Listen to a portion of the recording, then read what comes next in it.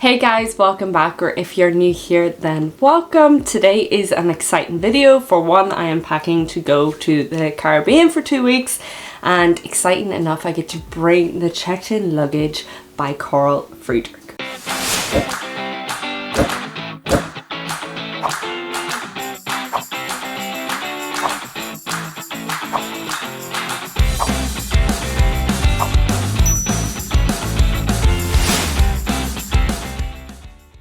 I have reviewed their Carry-On Pro way back when. If you haven't watched that video, then you can check out over on Gear by Orla or over on the Dream Big Travel Far website, where there is a written review as well. This checked-in is priced at $695. This is the large version. You can opt for the regular, which they, on their images, like if you go over to their website, they have images and they say that the regular, the normal kind of checked-in works for about 2 weeks, and then the large is about 2 weeks plus. So because I'm not planning on packing like minimalist, I was like, oh, I'll opt for the large. But with that, I'm just kind of worried because I know I have 23 kg, and this in itself, for the sizing of it, for 105 litres. Now the regular one is 69 litres, so it is a bit of a jump, and that being that I have 23 kg, this weighs 5.6 kg, which is about 12.4 pounds. So you have to kind of think about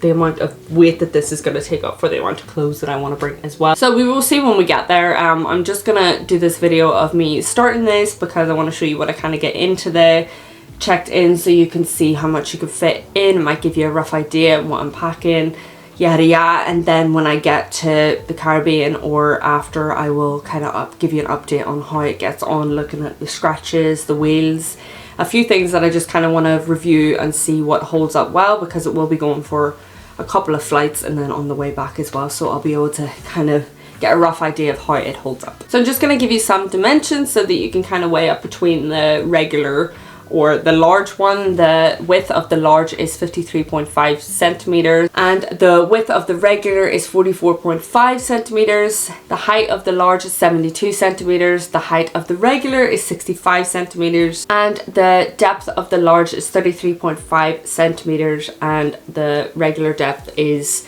27 centimeters. Similar design. I got the exact same kind of color style as their Carry-On Pro. It is made up of Italian leather. On the handle moments throughout the luggage is polyester lining with the silent 360 spinner wheels. This is definitely something I appreciate in terms of like the wheels and stuff. That's something that I really want to test, especially when going about and maneuvering about, is the fact that they do spin and that you can maneuver it and get about easily and much quicker with the 360 wheels, as opposed to just like stationed ones that only go one direction. The zips are high end with nylon and YKK zippers. You can choose from a bunch of deep colors, I want to call it, because they don't range in like bright colors or anything. It's very much just grey with a hint of color, or just plain black. It is definitely a replica of the Carry-On Pro, just without the, obviously, the laptop compartment or any sort of front compartment here, and then we'll be able to get into the inside. It is very well made with a classy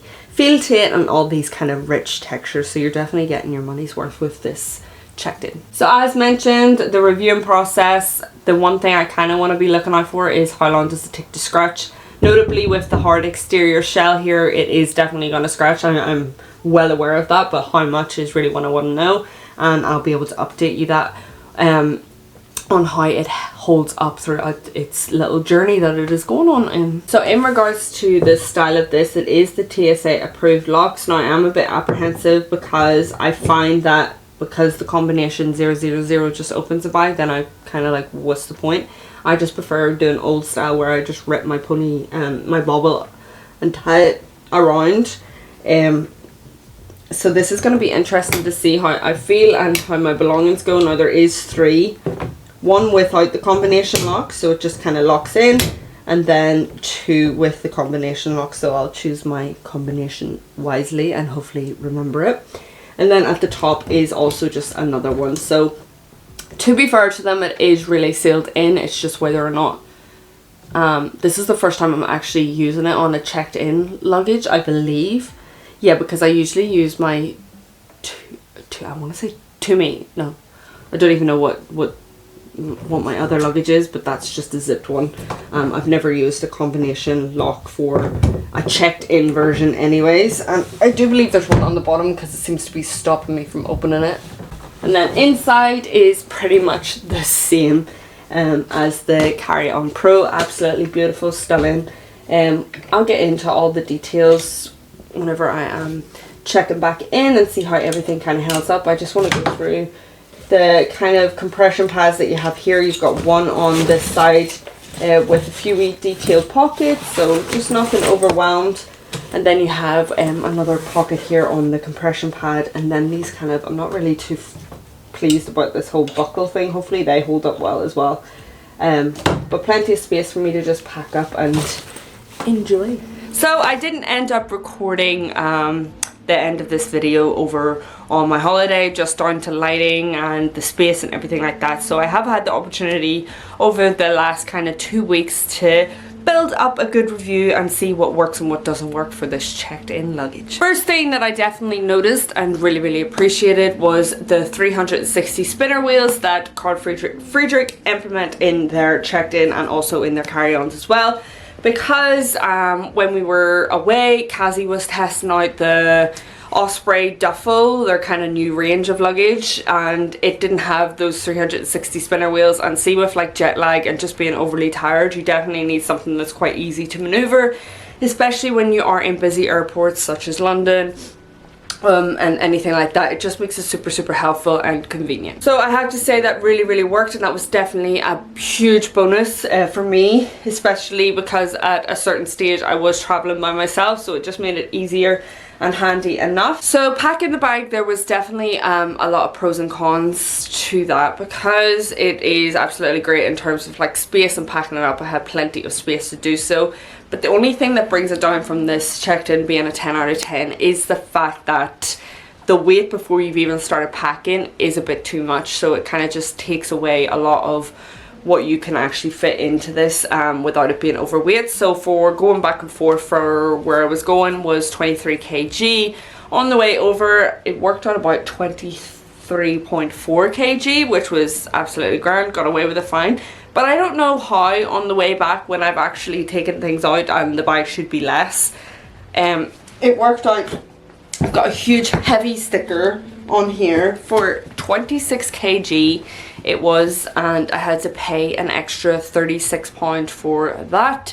I wanted to cry, but I was too tired to even do so, so I had to pay that, which was a big for the fact that I'd even like taken things out. But that's, I think this was I'm trying to remember, about 5.6 kg before you've even like packed it up, which is kind of annoying. And I noticed like even like freaking 2 hours before I was leaving, I was like, oh my god, I'm gonna have to like take something out. So even with this here, you do get the compression pad, but I took it out because I was just trying to like take away any kind of weight that wasn't my actual clothing.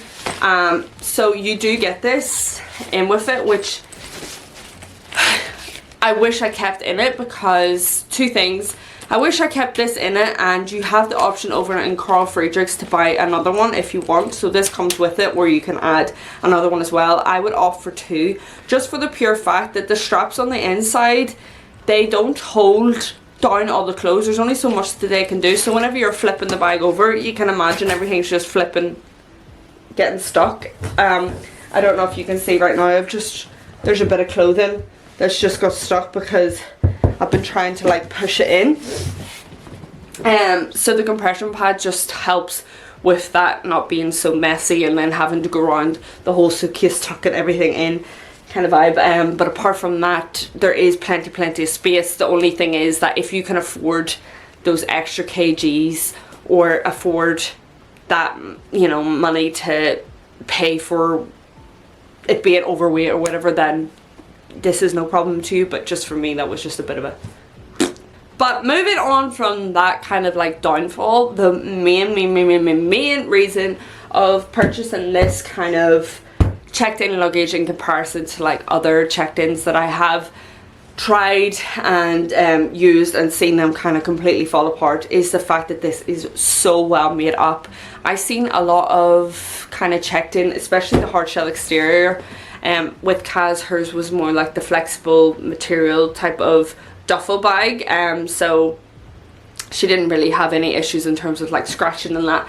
But I found that the ones that came out with the hard shell, they were completely battered, like 100% well worse than this. I know like you can see a couple of scratches and stuff, and that's what kind of happens with these kind of materials. You do get scratches. It's not overly bad for the fact that it has been thrown about onto about 4 different flights, so it's actually not too bad. But I guess again, you have to kind of weigh that up yourself, whether you want something that's going to scratch for that price. But with this, you just kind of know that everything in there is well sealed, well protected, and everything in terms of like, I would have probably maybe wanted to see a bit more bumper kind of corner protection, but they have done really, really well.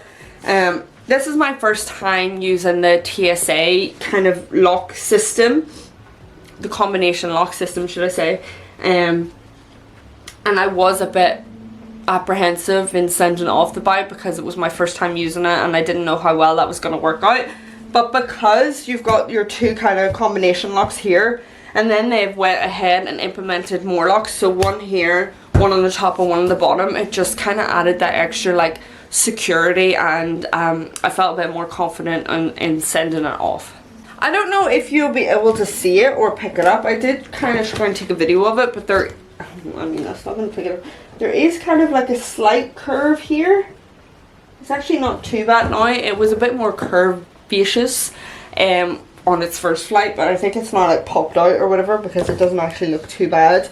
But that's just something to note. Everything is so well sealed, well tapered tight. Everything in there is remaining dry, protected, and definitely a big bonus. In terms of the handles, I was a bit scared of taking this off the kind of luggage belt, just because I didn't know if the handles could take the weight, but they do kind of maneuver, which is great, so there is plenty of room, and it was absolutely grand. Obviously it was 26 kg, so I nearly knocked a woman out trying to swing it off the belt, but that's neither here nor there. The leather was grand, quite, you know, rigid. There is no real comfort to it, so I mean that's what you're going to expect with leather. The handle was grand, everything kind of maneuvered well. It doesn't go up any higher than here, if you can see. So, I mean, I had no issues with that. It was grand for my own build and height. And the leather, I know they say, like in terms of, I've still got this freaking sticky thing on. They say not to stick your luggage tags here because it might wear and tear the leather. But mine has been absolutely grand. A little bit of a scratch, but I think you can maintain the leather by using some sort of wax. Overall, Carl Friedrik's kind of branding, their suitcases, bags, all of their accessories are well put together, and it is definitely a brand worth investing in and spending your money into. I know their carry-on pro and their luggages have been doing really, really well. I have done a review over on my channel that you can check out with their carry-on. That me and the team absolutely love as well. And with regards to this is definitely something I would recommend investing in, just for the pure fact in comparison to, God, I really want to say Tumi. Is that what they're called?